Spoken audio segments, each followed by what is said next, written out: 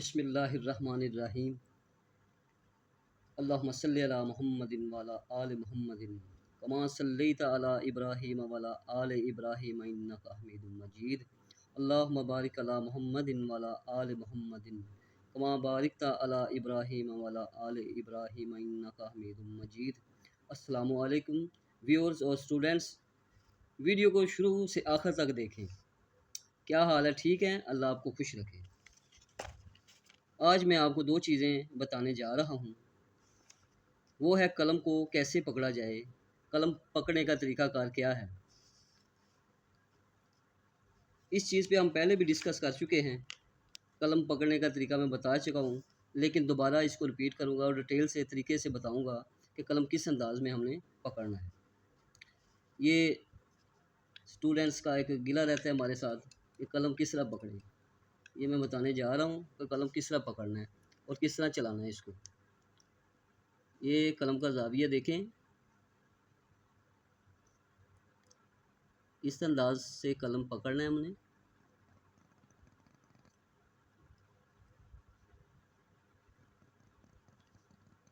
इसका ये ज़ाविया रहेगा इस तरीके से, ठीक है। एक ये अंदाज़ हो गया हमारा,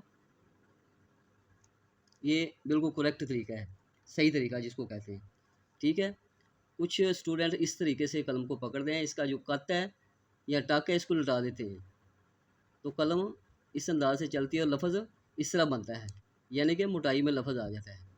ये तरीका हमारा गलत है, ठीक है। इस तरीके से कलम नहीं पकड़ना हमने।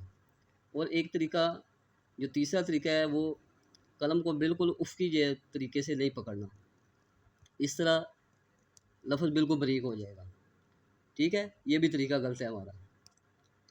इस तरीके से कलम पकड़ना है हमने, ये सही अंदाज़ है। अगर इस अंदाज़ में कलम पकड़ेंगे तो लफ्ज़ सही तरीके से लिखा जाएगा और राइटिंग भी सही होगी, ठीक है व्यूअर्स। कलम को पकड़ने के तरीके मैंने बताए हैं, वो 3 तरीके हैं।